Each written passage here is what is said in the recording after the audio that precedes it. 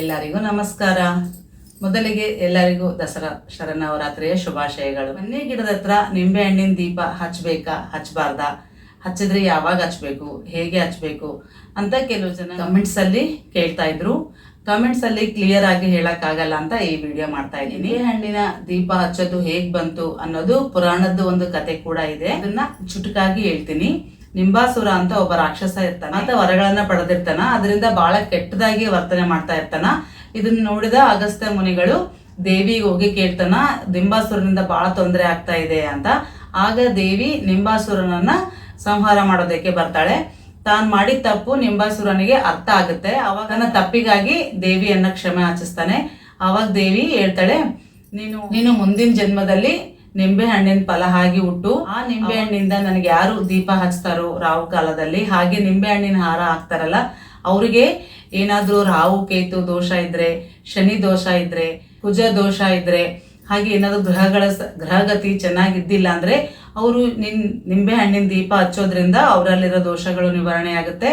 ಹಾಗೆ ಏನಾದ್ರೂ ಅನ್ಕೊಂಡು ಒಂದು ವ್ರತದ ತರ ಮಾಡಿದ್ರೆ ಅದು ಕೂಡ ಅವರಿಗೆ ನೆರವೇರುತ್ತೆ. ಹಾಗಂತೇಳಿ ನಿಂಬಾಸುರನಿಗೆ ವರ ಕೊಡ್ತಾಳೆ. ಆಗ ಅವನನ್ನ ಸಂಹಾರ ಮಾಡ್ತಾಳೆ. ಅದೇ ಈ ನಿಂಬೆ ಹಣ್ಣು ಹುಟ್ಟಿತು ಅಂತ ಹೇಳ್ತಾರೆ ಪುರಾಣಗಳಲ್ಲಿ.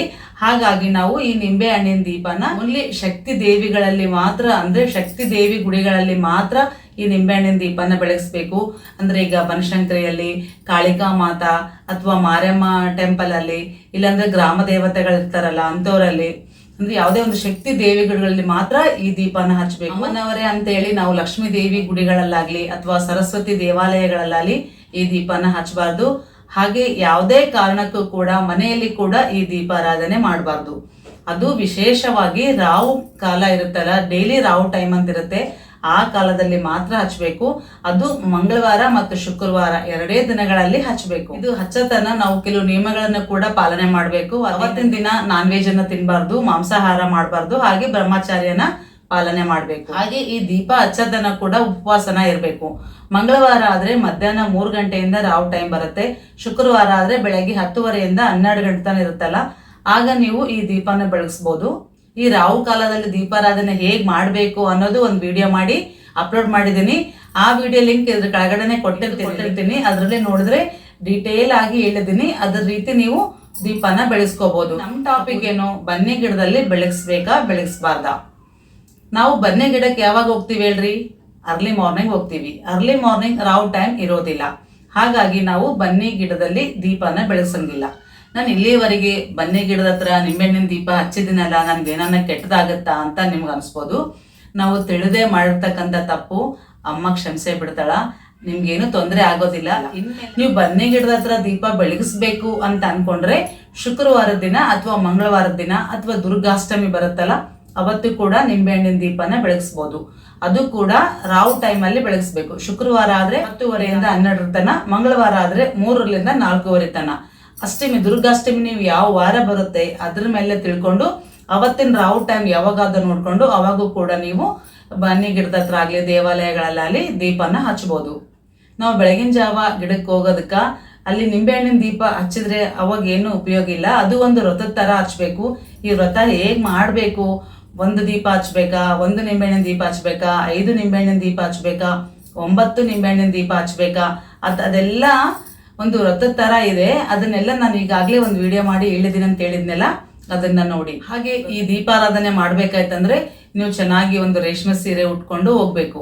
ರೇಷ್ಮೆ ಸೀರೆ ಇಲ್ಲ ಅನ್ನೋದಾದ್ರೆ ಕಾಟನ್ ಸೀರೆ, ಒಂದು ಬಾರ್ಡರ್ ಸೀರೆ, ಅಂಚು ಸೆರಗು ಇರುವಂತಹ ಸೀರೆನ ಉಟ್ಕೊಂಡು ಮಡಿಯಿಂದ ನಾವು ತಲೆ ಸ್ನಾನ ಮಾಡಿವಂತ ಕೂದಲೆಲ್ಲ ಬಿಟ್ಕೊಂಡು ಹೋಗ್ಬಾರ್ದು.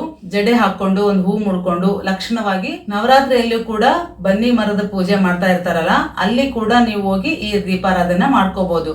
ಮಂಗಳವಾರ, ಶುಕ್ರವಾರ, ಅಷ್ಟಮಿ ಈ 3 ದಿನಗಳಲ್ಲಿ ರಾವು ಟೈಮ್ ಅಲ್ಲಿ ನಿಂಬೆ ಹಣ್ಣಿನ ದೀಪಾರಾಧನೆ ಮಾಡಿ. ಅದಕ್ಕೆ ಏನೇನ್ ಬೇಕು, ರಂಗೋಲಿ ಪುಡಿ, 1 ತಟ್ಟೆ, ಅರ್ಶಿನ, ಕುಂಕುಮ, ಹೂವು, ಗಂಧ, ನೈವೇದ್ಯಕ್ಕಾಗಿ ಏನಾದ್ರೂ ಒಂದ್ ಸ್ವಲ್ಪ ಬೆಲ್ಲ ಅಥವಾ ಡ್ರೈ ಫ್ರೂಟ್ಸು, ಪುಟಾಣಿ ಸಕ್ರಿ, ಏನನ್ನ ಒಂದು ಹಣ್ಣು ಯಾವ್ದನ್ನ ತಗೊಳ್ಳಿ, ಅಗರಬತ್ತಿ, ಕರ್ಪೂರ ಎಲ್ಲ ತಗೊಂಡು ಬನ್ನಿ ಗಿಡದ ಹತ್ರ ಹೋಗಿ ನಿಂಬೆಹಣ್ಣನ್ನ ಅರ್ಧ ರೀತಿ ಕಟ್ ಮಾಡಿ ಚೆನ್ನಾಗಿ ರಸನೆಲ್ಲ ಹಿಂಡ್ಬೇಕು. ಆ ರಸನ ಯಾರು ತುಳ್ದೇ ಇರ್ತಕ್ಕಂಥ ಜಾಗದಲ್ಲಿ ಹಾಕ್ಬೇಕು.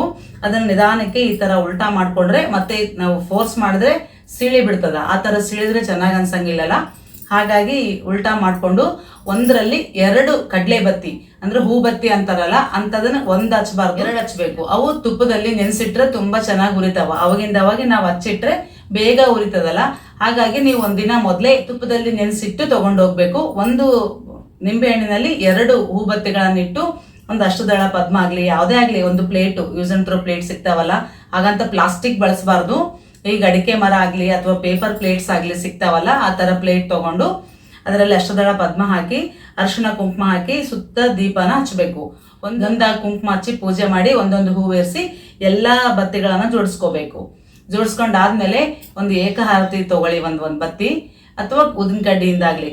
ಡೈರೆಕ್ಟ್ ಕಡ್ಡಿಯಿಂದ ಗೀಚಿ ಹಚ್ಚಬಾರ್ದು ಅಂತ ಹೇಳ್ತಾರೆ. ಅದಕ್ಕಾಗಿ ಏಕಹಾರತಿಯಿಂದ ಎಲ್ಲ ದೀಪಗಳಿಗೆ ದೀಪನ ಬೆಳಗಿದ ಮೇಲೆ ಮತ್ತೆ ಅದಕ್ಕೆ ಒಂದೊಂದು ಹೂವು ಏರಿಸಿ ಮಂಗಳಾರತಿ ಮಾಡಿ ಅಮ್ಮನವರಿಗೆ ಬೆಳಗಿ ಅಲ್ಲಿಟ್ಟು ಬಿಡಿ. ಅಲ್ಲಿಟ್ಟ ಮೇಲೆ ನೀವು ಸ್ವಲ್ಪ ಹೊತ್ತು ಕೂಡಬೇಕು. ಆ ದೀಪಗಳೆಲ್ಲ ಉರಿದು ತಣ್ಣಗಾಗತನ ಕೂಡಬೇಕು, ಅಂದ್ರೆ ಶಾಂತಿ ಆಗತನ ಕೂಡಬೇಕು. ನೀವು ಪ್ರದಕ್ಷಿಣೆ ಹಾಕಿ ದೇವಿಗೆ ಅರ್ಚನೆ ಮಾಡಿಸ್ಕೊಂಡು ನಮಸ್ಕಾರ ಮಾಡ್ಕೊಳ್ಳಿ. ನೀವೇಗಾದ್ರೂ ಅರ್ಶಿನ ಕುಂಕುಮ ಬೈದಿರ್ತೀರಲ್ಲ, ಅದ್ರ ಹತ್ರ ಯಾರಾದ್ರೂ ಮುತ್ತೈದೆಯರು ಬಂದಿದ್ರೆ ಅವರಿಗೆ ಅರ್ಶಿನ ಕುಂಕುಮ ತಾಂಬೂಲ ಫಲ ಕೊಟ್ಟರು ಕೂಡ ಚೆನ್ನಾಗಿ. ಇನ್ನು ನೀವು ಇಷ್ಟೆಲ್ಲ ಮಾಡಿದ್ರಾಗ ಅದು ದೀಪ ಶಾಂತಿ ಆಗಿರುತ್ತೆ. ಅಲ್ಲೇ ಬಿಟ್ಟು ಬರಬಾರ್ದು ನಾವು. ಅದನ್ನೆಲ್ಲ ತಗೊಂಡು ಮತ್ತೆ ಹೊರಗಡೆ ಯಾರು ತುಳ್ಳ್ಯಾರದ ಪ್ಲೇಸ್ ಇರ್ತದ, ಆಲ್ರೆಡಿ ಈಗೆಲ್ಲ ಎಲ್ಲಿ ಇಡಬೇಕು ಅಂತ ಕೂಡ ಒಂದು ಪ್ಲೇಸ್ ಮಾಡಿರ್ತಾರೆ. ಅಲ್ಲಿ ಹೋಗಿ ನೀವು ಆ ಪ್ಲೇಟನ್ನು ಇಟ್ಟು ನಮಸ್ಕಾರ ಮಾಡಿಕೊಂಡು ಮನೆಗೆ ಬರಬೇಕು. ಭಾಳ ಜನ ಕನ್ಫ್ಯೂಸ್ ಆಗ್ತಾರೆ. ಅದಕ್ಕಾಗಿ ನಾನು ಈ ವಿಡಿಯೋ ಮಾಡಿದ್ದೀನಿ. ಎಲ್ಲರಿಗೂ ಗೊತ್ತಾಯ್ತು ಅಂತಾನೆ ಅನ್ಕೊಂಡಿದ್ದೀನಿ. ಈ ವಿಷಯ ಭಾಳ ಜನರಿಗೆ ಗೊತ್ತಿಲ್ಲ, ನಾನು ಕೂಡ ಕೇಳಿ ತಿಳ್ಕೊಂಡಿರೋದೆ. ಹಾಗಾಗಿ ಈ ವಿಡಿಯೋನ ಎಲ್ಲರಿಗೂ ಶೇರ್ ಮಾಡಿದ್ರೆ ಅವರು ಕೂಡ ಎಲ್ಲ ತಿಳ್ಕೊಂತಾರೆ ಅಂತ ಹೇಳ್ತಾ ಈ ವಿಡಿಯೋ ಮುಗಿಸ್ತಾ ಇದ್ದೀನಿ. ನಮಸ್ಕಾರ.